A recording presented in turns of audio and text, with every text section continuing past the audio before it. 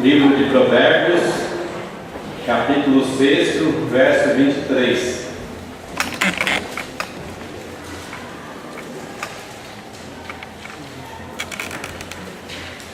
Porque o mandamento é lâmpada, e a instrução luz, e as repreensões da disciplina são o caminho da vida.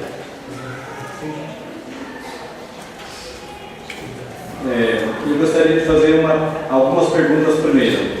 Quem usou o celular mais de meia hora essa semana? Mais de meia hora? Quem entrou nas redes sociais mais de meia hora essa semana? Já vi, tem gente que não pode nem abaixar a mão, já mantém erguida, né? Quantas mensagens mandaram para amigos? Mais do que 5 mensagens? Já vi, né? Tem gente ganhando em todos. Então eu acho que o celular tem sido bastante usado. Espero que não seja agora na hora do culto. Certo? Então nós vamos aí tentar dominar as nossas vidas, já que nós usamos bastante celular durante a semana. Agora a gente não precisa usar, né? Foi para isso que a gente está livre de usá-lo neste momento. Tudo bem? Amém? Amém. Eu li um texto que eu acho bastante interessante, porque é um verso só que resume várias coisas, né? O mandamento, né, que Deus nos dá, ele é lâmpada, e a instrução é luz, e as repreensões da disciplina são o caminho da vida. Eu acho que nós estamos numa sociedade que é um pouco diferente. Quando nós temos repreensões, nós não aceitamos. Quando temos que disciplinar a nossa vida, nós também não aceitamos a disciplina da vida. Quando nós descobrimos as coisas, nós achamos que temos a luz. E que a luz é quanto mais coisas a gente consiga descobrir, é que a gente tem realmente a luz para a nossa vida. E que o mandamento de Deus está longe de ser a lâmpada para as nossas vidas. Então nós precisamos, nesta noite, meditar, e eu gostaria que os irmãos acompanhassem naquilo que vou dizer, que está no Salmo 119. Nós vamos ler desde o verso 92 até o verso 115, só que nós não vamos ler agora, nós vamos ler no decorrer da nossa explanação. Então, um versículo que neste pedaço do Salmo todos nós aprendemos, e todos podem repetir de cor. Vamos falar juntos? Todos? Lâmpada para os meus pés é a tua palavra e luz para os meus caminhos. Eu sabia que vocês iam lembrar, por isso que eu nem falei qual versículo que era, porque é um dos versos que a gente mais repete. E quando a gente respondia na classe da escola dominical com um versículo, normalmente a gente usava esse versículo: lâmpada para os meus pés é a tua palavra e luz para o meu caminho.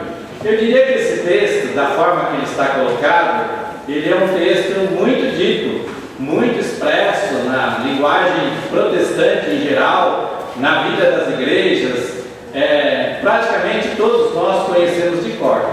Porém, muitas vezes ele não é tão praticado quanto nós precisamos praticá-lo. Então nós podemos dizer que, em primeiro lugar, nós muitas vezes temos um gosto pela distorção da verdade.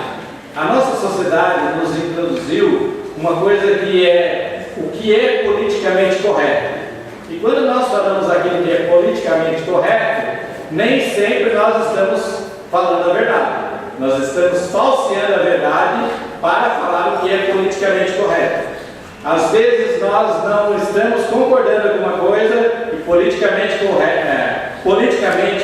para ser politicamente correto, nós precisamos concordar com as coisas. E às vezes não expressamos claramente as nossas ideias para não provocar nenhuma distorção ou nem um melindre nas pessoas.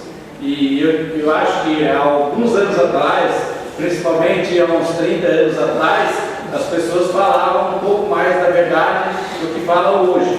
Hoje nós tendemos a não colocar a verdade como o como uma fonte de fala do nosso dia a dia.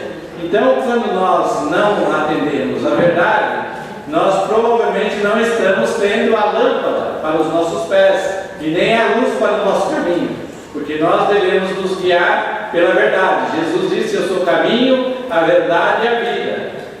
A Bíblia também diz, Jesus disse: santifica-os na verdade, a tua palavra é a verdade.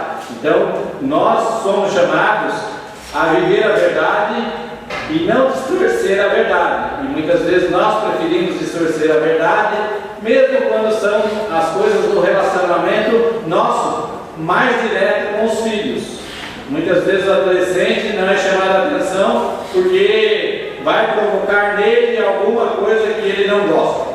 Então, não fala a verdade para o adolescente, não fala a verdade, e aí a pessoa continua distorcendo a vida e distorcendo as coisas mais importantes da vida.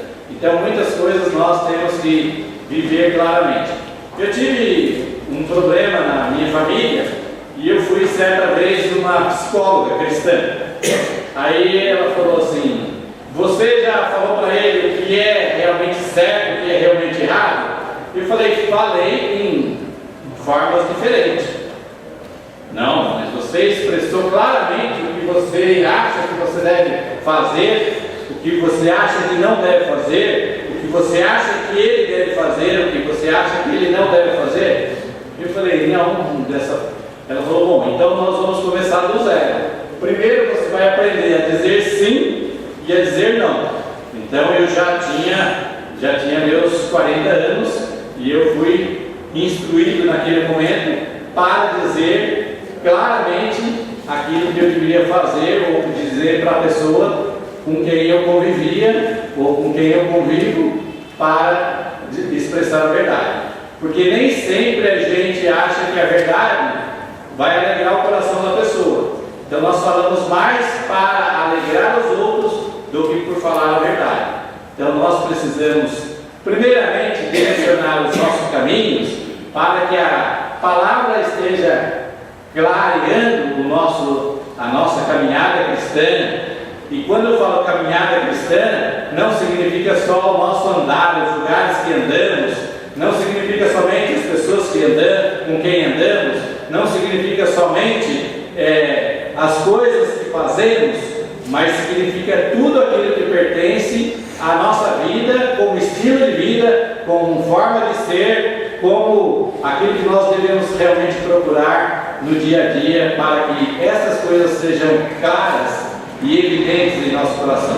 É claro que todos nós precisamos muitas vezes sermos disciplinados, e disciplinados pelo Senhor. O apóstolo Paulo diz: quando disciplinados pelo Senhor, ninguém pode nos julgar, mas Deus certamente deveria nos disciplinar muitas vezes quando tentamos torcer a verdade ou torcer as coisas que encontramos no dia a dia. Então, este gosto pela distorção da verdade, eu acho que é gosto da nossa cultura. E esse gosto da nossa cultura para distorcer a verdade está presente em todas as áreas. Se a gente pensar na área política, aquele que sabe melhor enganar o povo é o que ganha mais voto. Aquele que sabe melhor mentir nas horas difíceis, esse é o melhor político. Enfim, nós temos uma sociedade que vive fazendo de conta ou sempre procurando distorcer aquilo que é verdadeiro. Outra coisa que nós podíamos dizer que é muito presente na nossa cultura e que muitas vezes atrapalha o nosso caminho, a nossa jornada, e a palavra de Deus deixa de ser lâmpada para os nossos pés, é quando nós temos gosto pela interpretação fantasiosa. Quando a pessoa conta uma história mirabolante, né? E até disse certa vez numa aula da escola dominical, diz que a professora da escola dominical já tinha aprendido aquela arte de contar a história. Então ela contava bem as histórias bíblicas. E aí quando ela contou a história bíblica da passagem do Mar Vermelho, como se fosse assim, bem um negócio mirabolante mesmo, aí o menino disse, falou: eu já assisti esse filme, não é Indiana Jones? porque ficou tão fantasioso, né, que todo mundo gostou, mas ele realmente distorceu toda a questão bíblica para interpretar nas diferentes representações da nossa sociedade. Então, muitas vezes, nós também tendemos a ouvir, por exemplo, igrejas em que talvez a verdade não seja o mais importante, que outras coisas sejam importantes. Por exemplo, teve um certo pastor que fez uma explicação dizendo assim: os jebuseus, os heteus e os amorreus simbolizam o diabo, a carne e o mundo.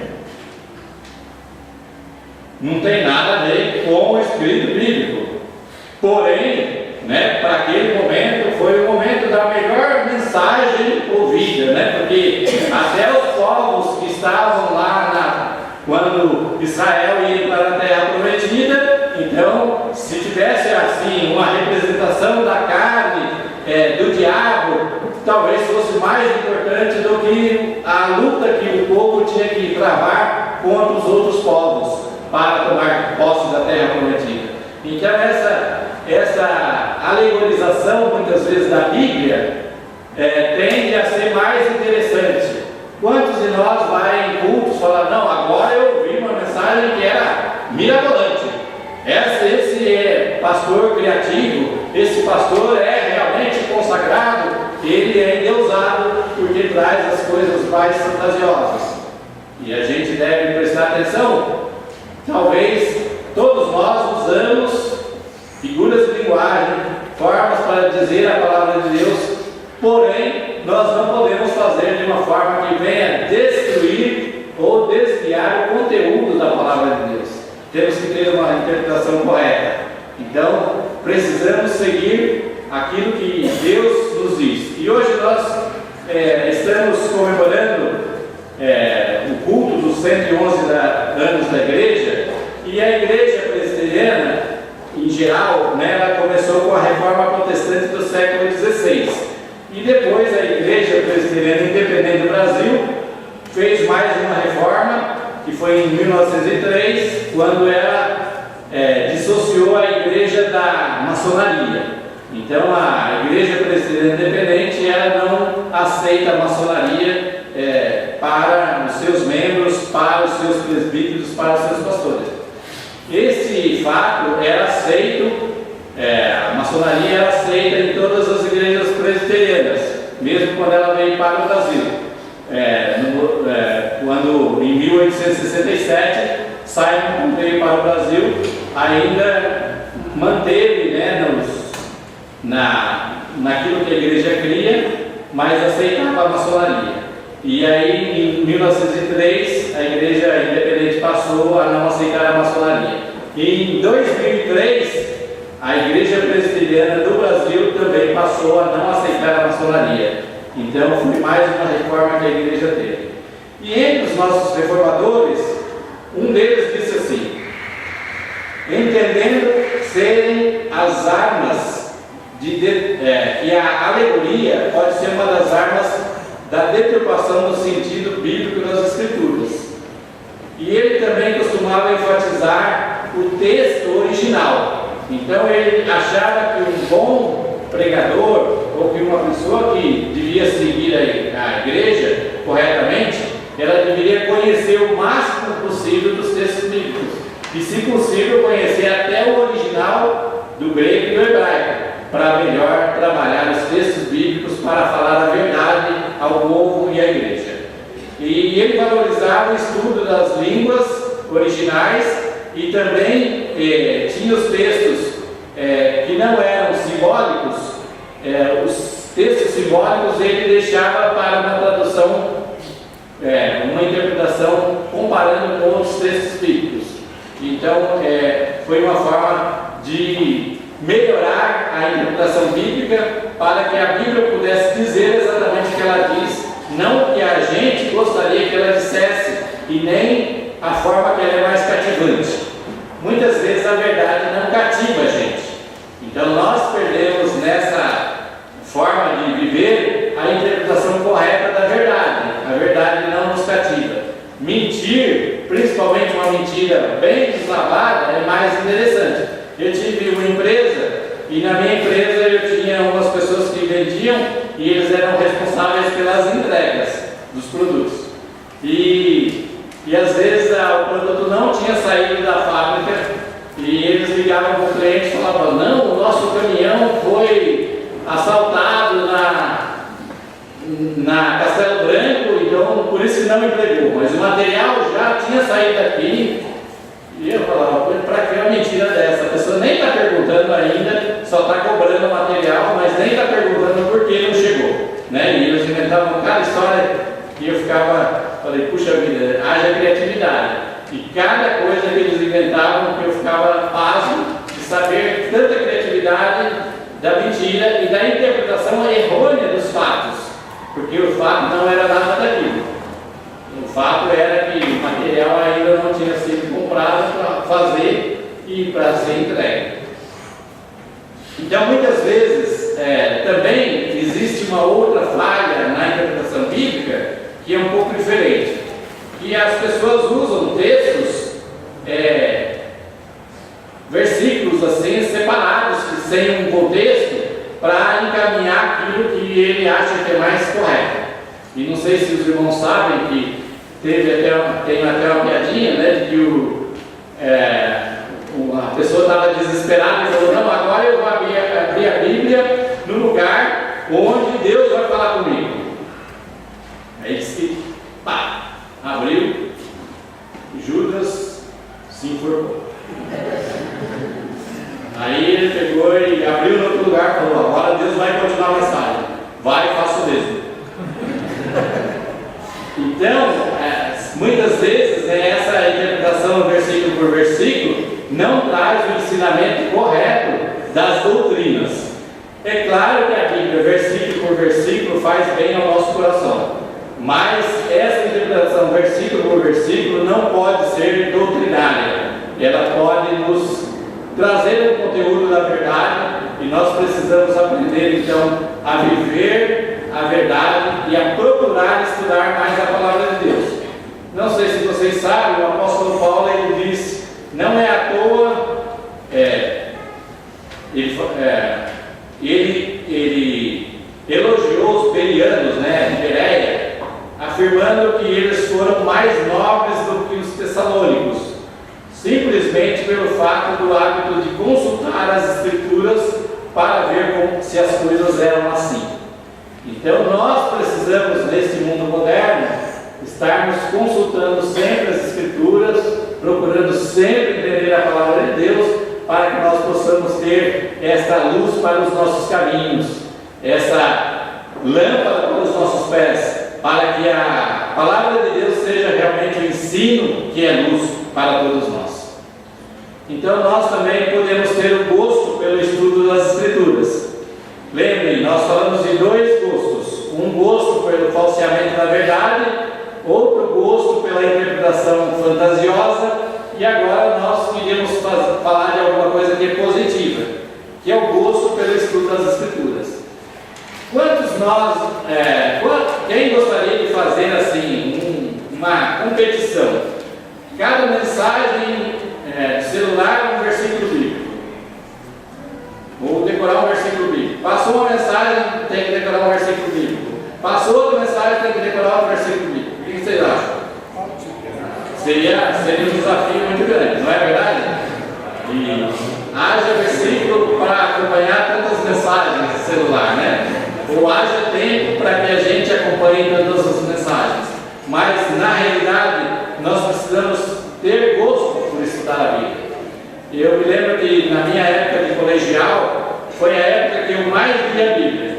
Toda vez que eu ia estudar um ponto lá para a prova, eu estudava um capítulo. E aí esquecia que depois tinha que voltar para estudar para a prova. Aí lia mais um capítulo.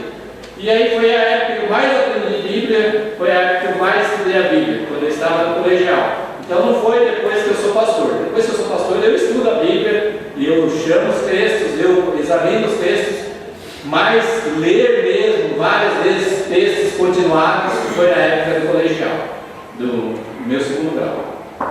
Hoje chama ensino médio, não podemos também mudar a nossa linguagem antiga, não serve mais. Ensino médio, tá bom? Bom, então nós precisamos ter o gosto pelas Escrituras. E esse salmo que nós escolhemos para hoje, ele é um salmo que mostra exatamente o gosto pelas Escrituras que tinha o salmista Davi. Domingo passado nós falamos do Salmo 139 e hoje nós estamos falando sobre o Salmo 119 e levantei algumas coisas que está nesse texto. Por exemplo, o verso 92 ele fala assim: se a tua lei não fosse o meu prazer, o sofrimento já me teria destruído. Então ele tinha a palavra de Deus, ou tinha o ensinamento de Deus, a lei de Deus como o seu prazer. Então ele transformou o estudo bíblico, o estudo das leis, como sendo uma coisa de prazer. Assim como a gente tem prazer com as redes sociais, a gente pode ter prazer com a leitura e com os estudos da palavra. E ele diz assim, que nesse prazer dele, o sofrimento dele teria sido muito maior. E nós sabemos que muitas vezes as redes sociais têm trazido sofrimentos e tristezas para muitos lares. Mensagens que são passadas, informações que são passadas, problemas que acontecem depois na família. Não sei se os irmãos viram aquela reportagem da menina que se arrependeu tremendamente de ter usado da forma que ela usou as redes sociais, que ela jamais poderia fazer aquilo. E muitas situações ocorrem hoje quando a gente passa informações pelas redes sociais, e muitos problemas têm acontecido. Não é o momento da gente falar de todos os problemas, mas pensem bem na responsabilidade que temos, e para não sermos destruídos, vamos colocar o prazer na lei do Senhor. No verso 93 diz assim: jamais me esquecerei dos teus preceitos, pois é por meio deles que preservas a minha vida. Então, se eu entendo os preceitos de Deus, aquilo que Deus quer da minha vida, aquilo que Deus prescreveu para mim, isso preserva a minha vida. E se a gente for pensar na nossa vida moderna, nós temos o maior índice de morte de jovens entre 14 e 30 anos. Nunca na história deste país teve tanta morte de jovens como temos na situação atual. E a situação atual se explica por vários problemas, mas um deles é que as pessoas não preservam as suas vidas, fazendo coisas que no fim são caminhos da morte, como nós poderíamos dizer. As pessoas entram pelo mundo do vício e aí depois não tem como recuperar de volta a sua vida.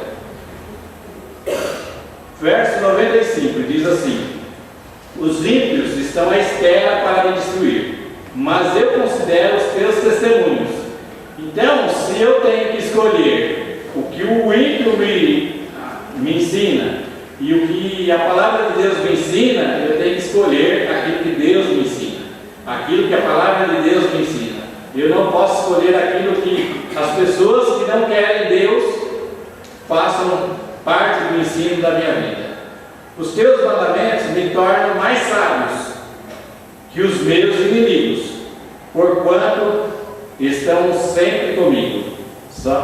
O verso 96. Então nós precisamos fazer com que a nossa vida, como vida, estilo de vida, que nós possamos ser ensinados pela palavra de Deus, para que a palavra de Deus possa dar sabedoria à nossa conduta. No verso 99 diz assim: tenho mais discernimento que todos os mestres. E no verso 100 fala assim: tenho mais entendimento do que todos os anciãos. Então significa que o salmista, enquanto ele era mais jovem, ele tinha entendimento mais do que os mais velhos, os anciãos, e que ele tinha mais discernimento do que as pessoas que conviviam com ele, por causa da Bíblia, por causa da lei do Senhor, por causa dos princípios do Senhor. Afasta os pés de todo o caminho mau, para obedecer a tua palavra. Então ele tirava os seus pés do caminho errado para caminhar o caminho eterno, o caminho de Deus. ganho entendimento por meio dos seus preceitos, e por isso odeio todo caminho de falsidade.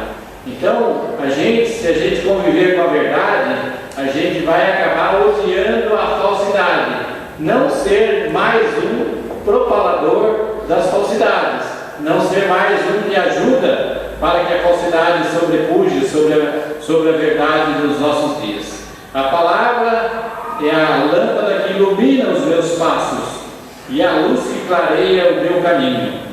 O Salmos, o verso 105. O verso 109 diz: a minha vida está sempre em perigo, mas não me esqueço da tua lei. Então, mesmo que a minha vida esteja próxima do perigo, eu prefiro seguir a lei do Senhor. Isso que a palavra de Deus nos instiga a fazer. Tu és o meu abrigo e o meu escudo. A palavra de Deus é o meu abrigo e o meu escudo. Eu me protejo na palavra de Deus para conduzir a minha vida. Afastem-se de mim os que praticam o mal. Quero obedecer aos mandamentos do meu Deus. Isso diz o salmista. Será que a gente é capaz de fazer um Salmo 119 para nós, com poucos versículos? Não com o total de versículos que nós temos no Salmo 119, mas daquilo que a palavra de Deus nos dá como confiança, daquilo que Deus traz ao nosso coração, daquilo que a gente tem alegria por servir a Deus, gosto pelo estudo da palavra de Deus, gosto por seguir a palavra de Deus. Então o salmista continua no verso 94: salva-me, pois a ti pertenço e busco os teus preceitos. Então Deus está sempre com ele. Deus é quem o tira das situações difíceis.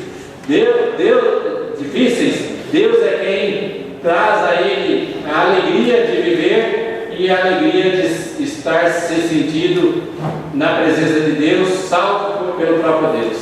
E ele diz assim: tenho constatado que toda perfeição tem limite, mas não há limite para o teu mandamento. Então ele diz que até a perfeição tem limite, mas o mandamento de Deus é mais do que a perfeição, é mais importante. Então o salmista tem verdadeiro valor pela palavra de Deus. Como eu amo a tua lei, medito nela o dia inteiro. Então, ao invés de meditar em outras coisas, ele medita na lei do Senhor o dia inteiro. Talvez um pouco diferente da nossa caminhada cristã. Então nós precisamos nos aproximar um pouco do salmista para entender um pouco daquilo que ele foi chamado amigo de Deus. Por que ele era amigo de Deus? Porque ele estava sempre próximo, tendo Deus como seu sustento, e próximo de Deus, seguindo todos os seus mandamentos e disposto a servir a Deus sempre. Não me afaste das tuas ordenanças, pois tu mesmo me ensinas. Quão são doces o meu paladar, as tuas palavras, mais que o mel para a minha boca. E no verso 106 diz: prometi sob juramento e cumprirei, vou obedecer às tuas justas ordenanças. E no verso 107 diz assim: passei por muito sofrimento, preserva, Senhor, a minha vida, conforme a tua promessa. Aceita, Senhor, a oferta de louvor dos meus lábios e ensina-me as tuas ordenanças. Os teus testemunhos são a minha herança permanente e são a alegria do meu coração. Dispus o meu coração para cumprir os teus decretos até o fim. Então é uma posição diferente do salmista em relação a nós, mas que a gente possa aprender da palavra de Deus para viver uma vida hoje num mundo tão conturbado, tão difícil, uma vida diferente, uma proposta diferente de vida. Sabemos que nós fazemos aquilo que gostamos, não é verdade? Poucas vezes a gente faz aquilo que não gosta. E muitas vezes a gente escolheu aquilo que a gente achava que ia gostar e não deu certo. Por exemplo, assistir um filme. A gente acha que vai gostar, aí vai no filme, aí não gosta. A gente vai numa peça teatral, acha que vai gostar, aí pelo nome, aí chega lá, não gosta. Enfim, muitas vezes a gente não gosta de coisas que a gente mesmo escolheu. E aqui nós temos uma escolha que Davi fez. a escolha de servir a Deus, de seguir as leis do Senhor, os princípios do Senhor, os ensinos do Senhor, aquilo que a palavra de Deus estivesse instruindo, as instruções ele gostaria de seguir. Mas ele fez isso com prazer e a vida inteira, né? E a gente sabe dos grandes salmos que ele compôs, das situações que ele enfrentou para ser esse amigo de Deus. Então, se nós quisermos também vivermos como amigos de Deus, como pessoas que se interessam por estar próximos de Deus, nós precisamos dar mais valor ao estudo da palavra de Deus, mais valor àquilo que Deus é para as nossas vidas, aquilo que a palavra de Deus nos ensina. Nós podemos mudar o mundo. Eu acho que o nosso mundo nós podemos mudar. Todos nós podemos mudar o nosso mundo. Nós mudamos a nossa mente através da palavra de Deus. E através da palavra de Deus nós mudamos o nosso mundo, a nossa forma de enxergar a vida, de ver as coisas, de saber fugir do mal e amar as coisas boas que Deus tem para preservar as nossas vidas. Que Deus possa, através desta mensagem, fazer nascer em nosso coração a semente do interesse pela verdade de Deus, para que ela esteja sempre nos nossos corações, para que os nossos inimigos não levem vantagem sobre nós, mas para que Deus seja o sustentáculo, seja o esconderijo, seja o abrigo, seja a fortaleza de todos nós. Deus nos abençoe. Que hoje, quando vamos tomar a ceia, nós possamos lembrar: Cristo morreu por nós, está vivo, está em nosso coração, está na nossa jornada, no nosso caminho, e Ele é luz para o nosso caminho, e nós devemos segui-lo cada momento, em cada situação que nós enfrentarmos. Deus nos abençoe.